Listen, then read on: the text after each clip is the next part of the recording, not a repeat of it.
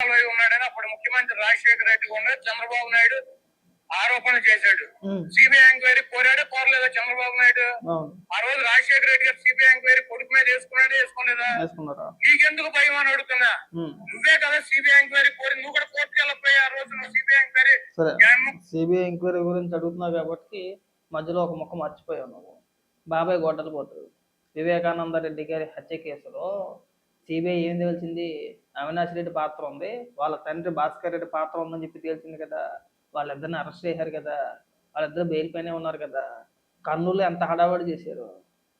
CBI అధికారులు అవినాష్ రెడ్డిని arrest చేయడానికి కూర్చున్నప్పుడు కర్నూలులో అవినాష్ రెడ్డి గారి తల్లి గారికి బాగాలేదని చెప్పేసి హాస్పిటల్లో పెట్టి, ఆ హాస్పిటల్ చుట్టూరు కూడా రాష్ట్ర పోలీసుల్ని బందోబస్తుగా పెట్టి వేలాది మంది కార్యకర్తలను అక్కడ పెట్టి ఎందుకు అంత హడావడి చేశారు? అప్పుడెప్పుడు రాజశేఖర రెడ్డి గారు పెద్దరావు గారు దాకా వద్దండి.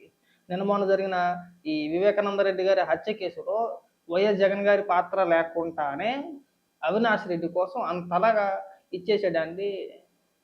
ఎందుకు కాపాడాడు? సిబిఐ అధికారులు అరెస్ట్ చేయకుండా ఎందుకు అడ్డుకున్నారు? జగన్మోహన్ రెడ్డి ముఖ్యమంత్రి హోదాలో ఉన్నాడు కదా, మరి దానికేం సమాధానం చెప్తావు? ఈ అప్పాబాయకోరు ఇంకెప్పుడు చెప్పమాక. రెడ్డి గారి మీద ఏమన్నా రాజశేఖర రెడ్డి గారు ముఖ్యమంత్రి ఎందుకు కోరావు? ఆ రోజు నీకు ఒక నీతి, ఈ రోజు మాకు ఒక నీతి. ఈ కోర్టులో కేసులు వేయండి, కోర్టులో కేసులు వేయండి, ఎవరు వద్దన్నారు? ఇప్పుడు అట్టగాదు కూడా అని ఇప్పుడు ఆ రోజు కోర్టులో కేసులు వేసారని మాట్లాడుతున్నావు కదా, వేసుకో అని చెప్పేసి మాట్లాడుతున్నావు కదా. ఈ రోజున ఒకవేళ నిజంగా మీరు ఆరోపిస్తున్నట్టుగా డిఎస్సిలో కనుక అక్రమాలు జరిగి ఉంటే మీరు కోర్టులో కేసులు వేపించడానికి వచ్చిన ఇబ్బంది ఏముందండి? ఈ డిఎస్సి అభ్యర్థులు ఎవరైతే ఉన్నారో, ఎవరైతే నష్టపోయారని చెప్పేసి మాట్లాడుతున్నారో వాళ్ళ చేత కేసులు వేయించండి, వేయించండి, చూద్దాం ఏమైంది. మీ దగ్గర పక్కా ఆధారాలు ఉన్నప్పుడు అప్పాబాయ కోర్లు దేనికి అంటున్నా? అంటే ఏ ఆధారాలు లేకుండా బోడిగాలు మీరు ఏదో గాలిలో వార్తల కింద 4 ప్రెస్ మీట్లు పెట్టో, లేదంటే నలుగురు చేత మాట్లాడించేసి రాజీనామా చేశారంటే రాజీనామా చేసేస్తారా? సిబిఐకి ఇచ్చేమంటే సిబిఐకి ఇచ్చేస్తారా? దానికి ఒక పద్ధతి పాడు ఏమవుతా? మీ దగ్గర ఏ ఆధారాలు ఉండవా? గాలిలో మాట్లాడేస్తారా? మీరు జరిగిందంటే జరిగిపోయినట్టేనా? అట్లా అయిపోయింది సిబిఐ అంటే.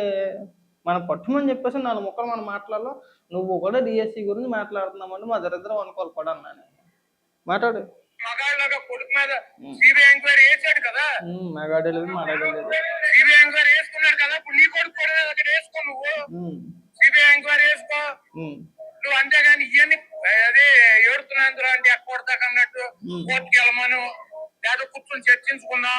ఏంది చర్చించుకునేది? నువ్వు అక్రమాలు చేసి, అవినీతి చేసి, నువ్వు ఆవాసకే పుణ్యానికే బయటకు వచ్చి సగం చూసి సగం తెలుసుకొని నీకు ఏమీ తెలియకుండా వచ్చి 4 గొట్టాలు కనబడగానే ఇరగబడిపోయి మాట్లాడుతున్నాక ఎవరో కూడా కూర్చొని మాట్లాడుకుందామని అని అనలా. మీరు లేగ్గా ఏదోట్లే మన ఏదో గాలి వార్తలో వచ్చింది, ఏదో ఒక ఆరోపణ చేద్దామని చెప్పి ఆరోపణ చేస్తే దానికి ప్రతిస్పందిస్తూ అయ్యా డిఎస్సి పైన చర్చకు నేను సిద్ధం, డిఎస్సిలో ఎలాంటి అవకతవకలు జరగలేదు, టైము డేటు ప్లేసు మీరు చెప్పండి, అక్కడికి మేము వస్తాం, అక్కడికి వచ్చే మనం చర్చించుకుందాం, మీ సవాళ్ళకి నేను సిద్ధం అని చెప్పేసి ఆయన నారా లోకేష్ గారు సవాల్ విసిరితే మీరు భయపడిపోయి మళ్ళీ దానికి రిప్లై కూడా ఇవ్వకుండా ఇక్కడికి వచ్చి నీలాంటి పకోడీ కాల్చేది పెద్ద పెద్ద మొదల మాటలు మాట్లాడిపోతున్నారు. నాకు తెలియకడుతాను కొడాలని మనకి పట్టుమని చెప్పేసి గుడివాడ అని రాయడం కూడా రాదు కదా. మనకి ఎందుకు డిఎస్సి గురించి? నువ్వు నిశానిగడివే, మనం నిశానిగడివే, నేను నిశానిగానే అనుకోనుకోండి. మరి ఎందుకంటే పెద్ద పెద్ద ముద్ర మాటలని అడుగుతున్నా? సిగ్గనిపించట్లా? ఇవన్నీ వదిలేసే, ఇవన్నీ బాగానే ఉన్నాయి, ఏదో చెప్పుకోతున్నాం, ఇంకా వినిపిస్తాం, చాలా ఉందని మాట్లాడింది. గత 5 ఏళ్ళు మీరు 5 ఏళ్ళు పరిపాలించారు కదా. ఈ 5 ఏళ్ల కాలంలో మీరు అధికారంలో ఉన్నప్పుడు ఎన్నిసార్లు డిఎస్సి నోటిఫికేషన్ జారీ చేశారు? ఎన్ని టీచర్ పోస్టులు భర్తీ చేశారు? ఈ ఒక్కదానికి సమాధానం చెప్పిన తర్వాత మీరు ఎన్ని మాట్లాడారు అంతే కదా. ఇప్పుడు మనం ఒకరిని విమర్శిస్తున్నామంటే ఇక మా ప్రభుత్వంలో మేము ఇదే డిఎస్సికి సంబంధించి ఇన్ని వేల పోస్టులు మేము భర్తీ చేసాము, మేము సక్రమంగా చేసాము, మీరు ఎందుకు చేయలేకపోయారు, ఈ అవకతవకలు ఇలా జరిగిందని చెప్పేసాను కదా మనం చూపించాలి. 5 ఏళ్లలో ఎందుకు చేయలేదు?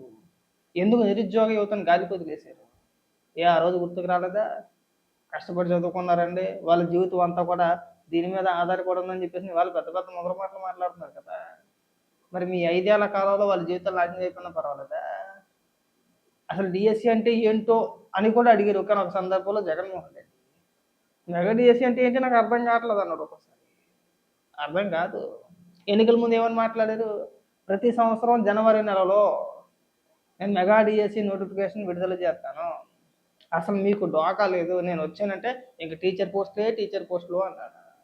ఏం చేశారు? అసలు గట్టిగా మాట్లాడితే మీకు మెగా డిఎస్సి గురించి లేదంటే ఈ జరిగిన దాని గురించి మాట్లాడే అర్హత లేదు మీకు.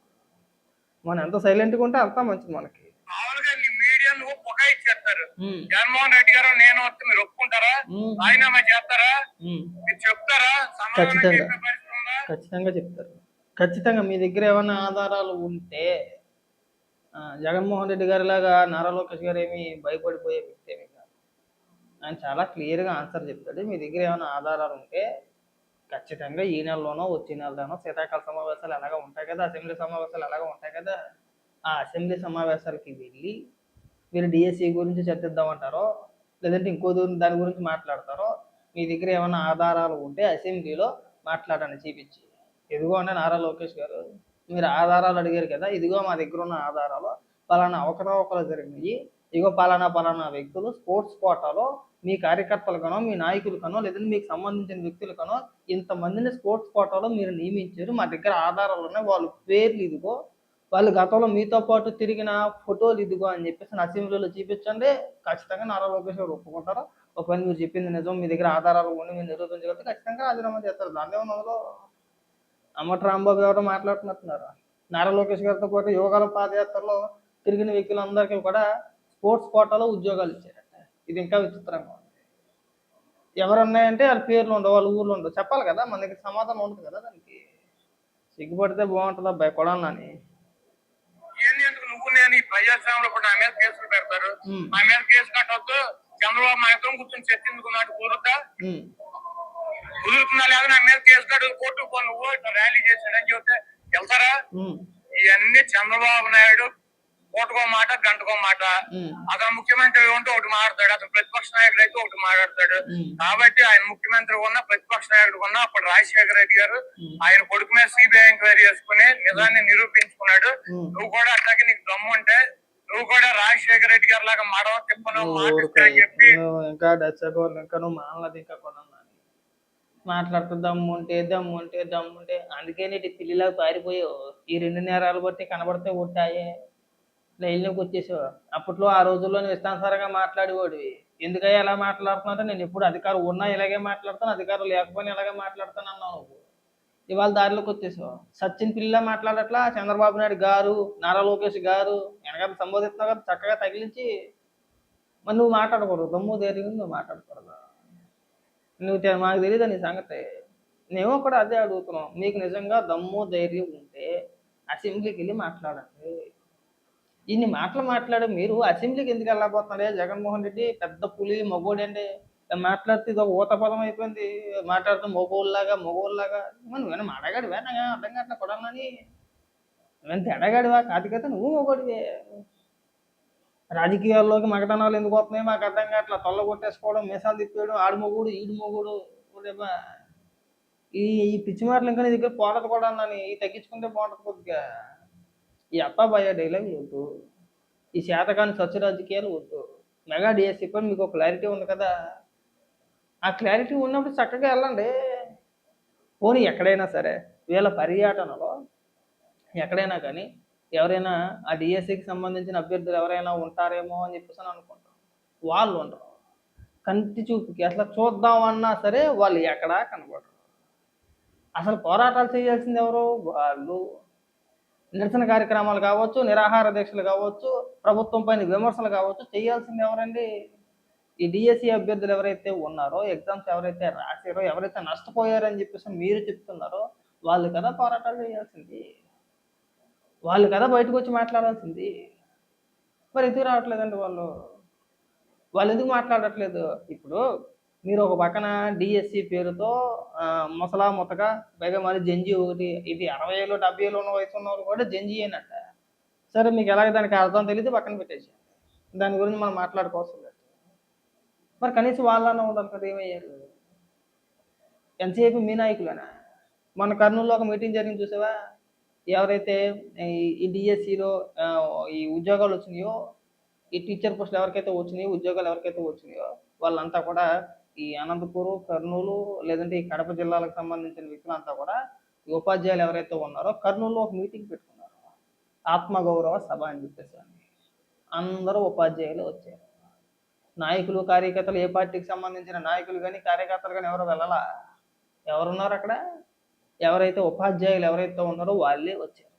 వాళ్ళు బహిరంగంగా ఓపెన్ స్టేట్మెంట్లు ఇచ్చారు. వాళ్ళు మా కష్టాన్ని కొంతమంది వ్యక్తులు అగౌరవపరుస్తున్నారు, ముఖ్యంగా జగన్మోహన్ రెడ్డిని ఉద్దేశించి.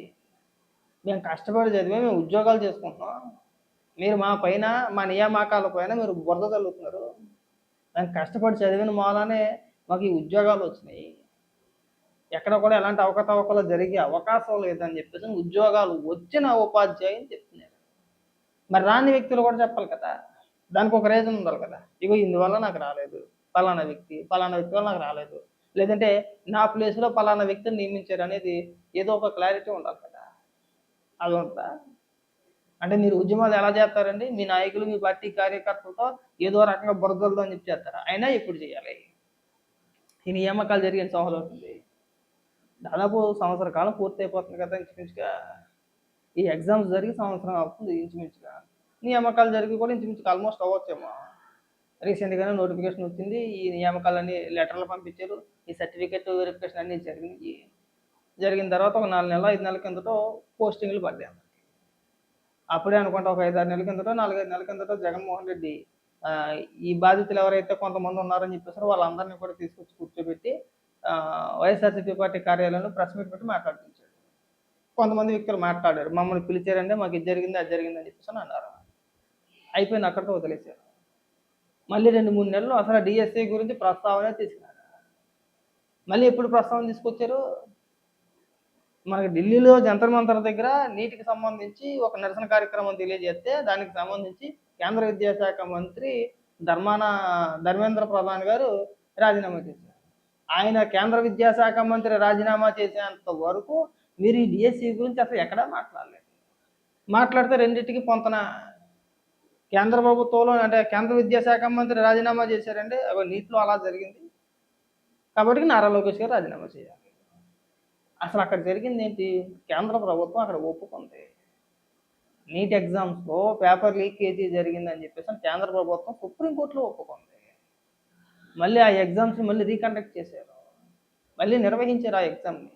భవిష్యత్తులో మళ్ళీ ఇలాంటిది జరగకుండా చూసుకుంటామని చెప్పేసి కేంద్ర ప్రభుత్వం సుప్రీంకోర్టులో తెలియజేసింది. కేంద్ర ప్రభుత్వం అక్కడ ఆధారాలతో ఉన్నాయి కాబట్టి ఈ పేపర్ లీక్ అయిందని చెప్పేసి అన్ని ఆధారాలు ఉన్నాయి కాబట్టి వాళ్ళపైన కేసులు పెట్టారు, వాళ్ళని అరెస్ట్ చేశారు, వాళ్ళని లోపలేశారు. సరే, చట్ట ప్రకారం ఏం జరగాలో అన్నీ జరుగుతుంది. మరి మన దగ్గర ఉన్న ఆధారాలు ఏంటి? ఏమున్నాయంటే ఏమీ లేవు. ఏంటంటే జగన్మోహన్ రెడ్డి గారు అప్పుడు ఎప్పుడో ప్రెస్ మీట్లో చెప్పేశారంటే అన్ని ఆధారాలు అందరి ముందు ఉంచేశారు. ఏవి ఎవరి దగ్గర ఉంచేశారు? ఎప్పుడు ఉంచేశారు? చూపించండి. మీకు డిఎస్సి అభ్యర్థులు ఎవరు కూడా మీకు సహకరించట్లేదు అన్నది వాస్తవం. లేకపోతే ఈ పాటికే డిఎస్సి అభ్యర్థులు మనం తీసుకొచ్చే సాక్షిలో ఒక 2-3 కూర్చోబెట్టి మాట్లాడిపించారు. వాళ్ళు అసలు డిఎస్సి అభ్యర్థులో కాదో తెలియదు కానీ డిఎస్సి అభ్యర్థులుగానే తీసుకొచ్చి కూర్చోబెట్టారు. మరి ఇప్పుడు ఎందుకు రావట్లేదు?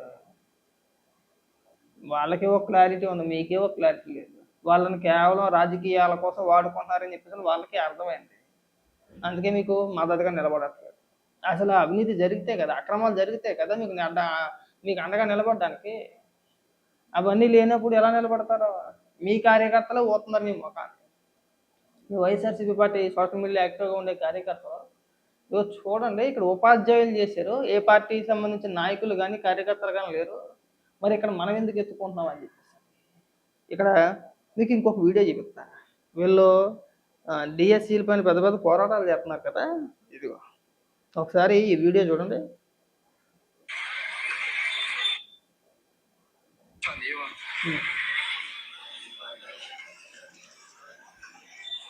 ఈ వీడియోలో మన ఒరిస్సా నుంచి గట్టా ఇక్కడికి కూలి పని చేసుకోవడం వస్తారు కదా ఆ మహిళలు, చిన్న పిల్లలు, వాళ్ళకి 200-300 డబ్బులు ఇచ్చి వాళ్ళని తీసుకెళ్ళారు.